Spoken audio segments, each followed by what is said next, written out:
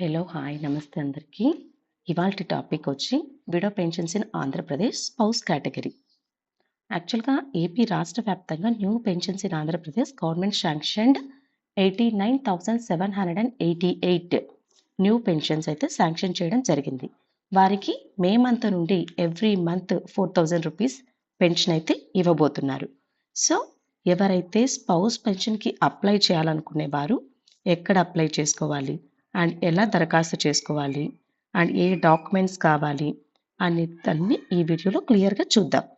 So what are the new pensions in AP under spouse category అంటే AP government widow పెన్షన్ని spouse కోటాలో monthly 4,000 rupees amount ఇవ్వడం జరుగుతుంది. అది కానీ ఎవరికి అంటే పెన్షన్ తీసుకుంటూ వాళ్ళ హస్బెండ్ చనిపోయి ఉండింటే, అది కానీ ఏ పీరియడ్లో డిసెంబర్ 1, 2023 టు అక్టోబర్ 31, 2025న ఈ పీరియడ్లో వాళ్ళ హస్బెండ్ చనిపోయి ఉండి పెన్షన్ తీసుకుంటూ ఉంటే వాళ్ళ యొక్క వైఫ్స్ ఉన్న వాళ్ళైతే అప్లై చేసుకోవడానికి ఇప్పుడు ఆప్షన్ అయితే వచ్చింది. అది కానీ అమౌంట్ శాంక్షన్ అయింది.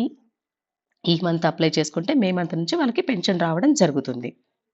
అండ్ ఏ డాక్యుమెంట్స్ కావాలి వీళ్ళు అప్లై చేసేటప్పుడు అంటే హస్బెండ్ యొక్క ఆధార్ కార్డ్, వైఫ్ యొక్క Aadhaar card xerox copy and pension book xerox copy, ration card xerox copy and husband యొక్క డెత్ సర్టిఫికేట్, తను చనిపోయినట్టు.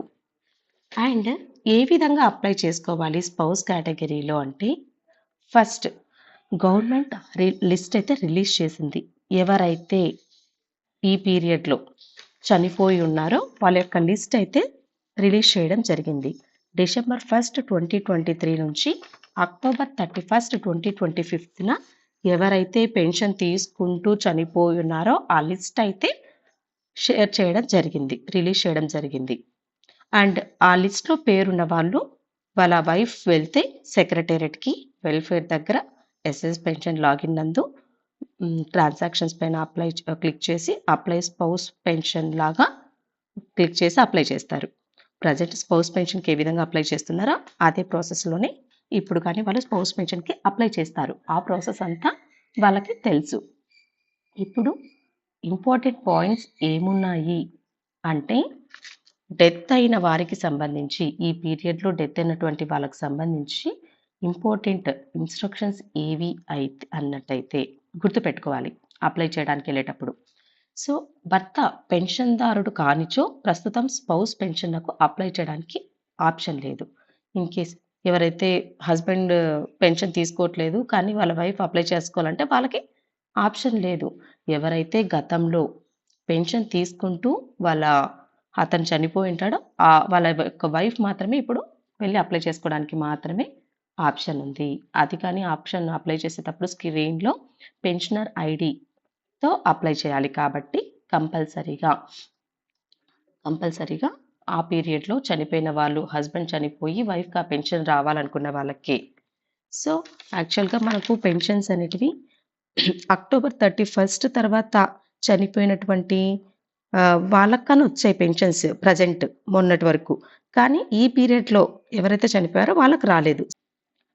కొన్ని టెక్నికల్ కారణాల వలన, కొన్ని టెక్నికల్ రీజన్స్ ద్వారా. సో ఇది వాళ్ళు గుడ్ న్యూస్గా ఫీల్ అవ్వాలి. సో డిసెంబర్ 1, 2023 నుంచి అక్టోబర్ 31, 2025 హస్బెండ్స్ చనిపోయిన వాళ్ళకి ఇంతవరకు పెన్షన్ రాలేదు. సో ఇప్పుడు వాళ్ళు హ్యాపీగా ఫీల్ అవ్వాలి. ఇప్పటి నుంచి మనం వీళ్ళకి అప్లై చేసుకోవడానికి ఆప్షన్ అయితే గవర్నమెంట్ ఫైనాన్షియల్ అసిస్టెన్స్ శాంక్షన్ చేశారు. అండ్ సెర్ప్ డిఆర్టీఏ వాళ్ళు ఒక ఎక్సెల్లో మనకు ఆల్రెడీ షేర్ చేశారు ఎవరు ఆ పీరియడ్లో చనిపోయారు అని చెప్పి. ఒకవేళ ఆ లిస్ట్లో వాళ్ళ పేరు లేకపోయినా వాళ్ళు ఎలిజిబుల్ అయితే అయినా కానీ సెక్రటరియట్కి వెళ్తే వెల్ఫేర్ యొక్క ఎన్పిఎం లాగిన్లో వాళ్ళు చెక్ చేసి ఎలిజిబుల్ అయితే అప్లై చేస్తారు. సో కొందరు డెత్ అయ్యారు కానీ డెత్ క్యాప్చర్ చేయలేదు. అలాంటి వాళ్ళు స్పౌస్ పెన్షన్ స్క్రీన్లో నో డేటా అనే ఆప్షన్ వస్తుంది. ఇటువంటి వాళ్ళు ఏం చేయాలి అంటే వెల్ఫేర్ దగ్గరికి వెళ్తే వాళ్ళు ఇమీడియట్గా డెత్ క్యాప్చర్ చేసేసి పెన్షన్కి అప్లై చేస్తారు. అండ్ ఎక్సెల్లో నేమ్ లేదు కానీ నిజంగా చనిపోయారు, ఆ తేదీలో మరణిస్తే వాళ్ళు డెత్ క్యాప్చర్ అయిందా లేదా అనేది వెరిఫై చేయాలి వెల్ఫేర్ యొక్క లాగిన్లో. ఈ పాయింట్ గుర్తుకు పెట్టుకోవాలి. ఎక్సెల్‌లో పేరు లేదు అంటే డెత్ అనేది క్యాప్చర్ చేసి ఉండరు. డెత్ క్యాప్చర్ చేసుంటే ఆ పీరియడ్‌లో చనిపోయుంటే ఖచ్చితంగా నేమ్ డీటెయిల్స్ అయితే మొత్తం పెన్షనర్ ఐడీ, ఆధార్ ఐడీతో పాటు అన్ని డీటెయిల్స్ ఉంటాయి.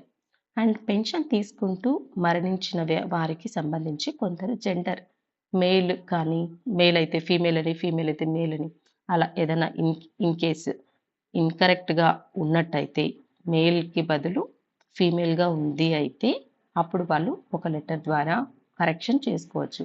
సెర్ప్ సార్ దగ్గర నుంచి పీడీడీఆర్‌డీఏ సార్ వాళ్ళకి పీడీడీఆర్‌డీఏ సార్ నుండి సెర్ప్‌కి ఒక లెటర్ రాస్తే అక్కడ మనకు జెండర్ అనేది చేంజ్ చేయడం జరిగి వాళ్ళని ఎలిజిబుల్ లిస్ట్‌లోకి అప్లై చేసుకోవడానికి వస్తుంది. హస్బెండ్ అండ్ వైఫ్ వేరే హౌస్ హోల్డ్‌లో ఉన్నట్టయితే వాళ్ళకి ఇప్పుడు పెన్షన్ అప్లై చేయడానికి వీలు పడదు. కంపల్సరీగా హస్బెండ్ అండ్ వైఫ్ ఇద్దరు ఒకే హౌస్ హోల్డ్‌లోనే ఉండాలి. And next important point spouse పెన్షన్‌కి సంబంధించి డెత్ అయిన పెన్షనర్ చివరిసారిగా ఎక్కడైతే పెన్షన్ తీసుకున్నారో ఆ సచివాలయంలోనే పెన్షన్‌కి అప్లై చేయాల్సి ఉంటుంది. సో, అక్కడ కాకుండా వేరే సెక్రటేరియట్‌లో పెన్షన్‌కి అప్లై చేయలేరు. అండ్ డెత్ అయినటువంటి పెన్షనర్ యొక్క వివరాలు చివరిసారిగా ఎక్కడ పెన్షన్ తీసుకున్నారు అనేది మనం ఎస్ఎస్ పెన్షన్ పోర్టల్‌లో వెల్ఫేర్ లాగిన్‌లో రిపోర్ట్స్‌లోకి వెళ్ళి కన్సాలిడేటెడ్ సెర్చ్ అనే ఆప్షన్ పైన క్లిక్ చేసి చెక్ చేసుకోవచ్చు. ఆ డెత్ అయినటువంటి పెన్షనర్ చివరిసారిగా ఎక్కడ పెన్షన్ తీసుకున్నాడు ఆ సెక్రటేరియట్‌కి వెళ్ళమని చెప్పాలి. అక్కడ మీరు అప్లై చేసుకోమని చెప్పాలి.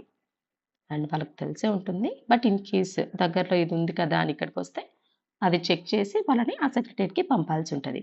And so, NTR Bharosa pension స్కీమ్స్‌కి సంబంధించి అప్లికేషన్ ఫార్మ్ అయితే ఇలా ఉంటది. దరఖాస్తుదారుని పేరు అంటే ఆ లేడీ పేరు, వైఫ్ పేరు, హస్బెండ్ పేరు, Aadhaar number, rice card number, caste ఏంటి, సబ్ క్యాస్ట్ ఏంటి, వార్షిక ఆదాయం ఏంటి, అడ్రస్. అండ్ హస్బెండ్ చనిపోయినప్పుడు పెన్షన్‌దారుని పేరు, Aadhaar number, pension ID, A kind of pension వచ్చేది అండ్ డేటా ఎప్పుడు చనిపోయారు. ఇవన్నీ అప్లై చేసేసి వాళ్ళు అర్జీలో దారుని యొక్క సైన్ పెట్టేసి వెల్ఫేర్ ఎడ్యుకేషన్ అసిస్టెంట్‌కి ఇచ్చినట్టయితే ఫామ్ ఫిలప్ చేసి వాళ్ళు పెన్షన్‌కి వాళ్ళ యొక్క లాగిన్‌లో అప్లై చేస్తారు. సో, ఇవి మెయిన్‌గా పెన్షన్‌కి సంబంధించి గుర్తుపెట్టుకోవాల్సినటువంటి ఇంపార్టెంట్ పాయింట్స్ అండి. Thank you.